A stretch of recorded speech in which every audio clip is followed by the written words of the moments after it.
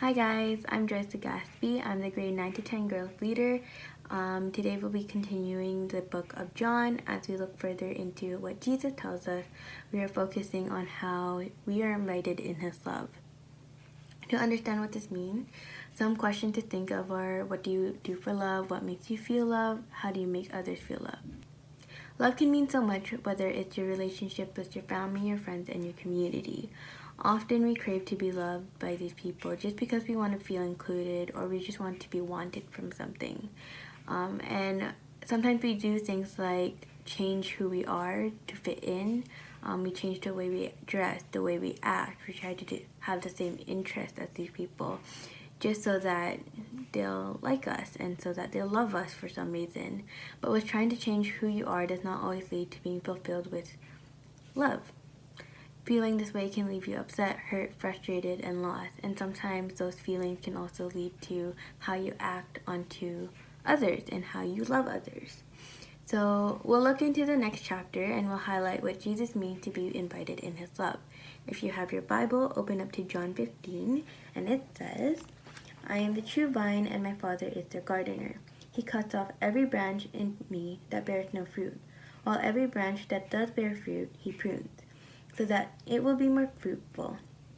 You are already clean because of the word I have spoken to you. Remain in me as I also remain in you. No branch can bear fruit by itself, it must remain in the vine. Neither can you bear fruit unless you remain in me. I am the vine, you are the branches. If you remain in me and I in you, you will bear much fruit. Apart from me, you can do nothing. If you do not remain in me, you are like a branch that is thrown away and withers. Such branches are picked up, thrown into the fire, and burned. If you remain in me and my words remain in you, ask whatever you wish, and it will be done for you. This is to my Father's glory, that you bear much fruit, showing yourselves to be my disciples. As the fathers have loved me, so I loved you. Now remain in my love, for if you keep my commands, you will remain in my love. Just as I kept my Father's command and remain in his love, I have told you this so that my joy may be in you and that your joy may be complete. My command is this: love each other as I have loved you. Greater love hath no one than this, to lay down one's life for one's friend. You are my friends if you do what I command. I no longer call you servants, because if a servant does not know his master's business. Instead, I've called you friends, for everything that I learned from my Father I have made known to you. You did not choose me, but I chose you and appointed you so that you might go and bear fruit, fruit that will last, and so that whatever you ask in my name that the Father will give you. This is my command: love each other." I love the imagery that Jesus gives us.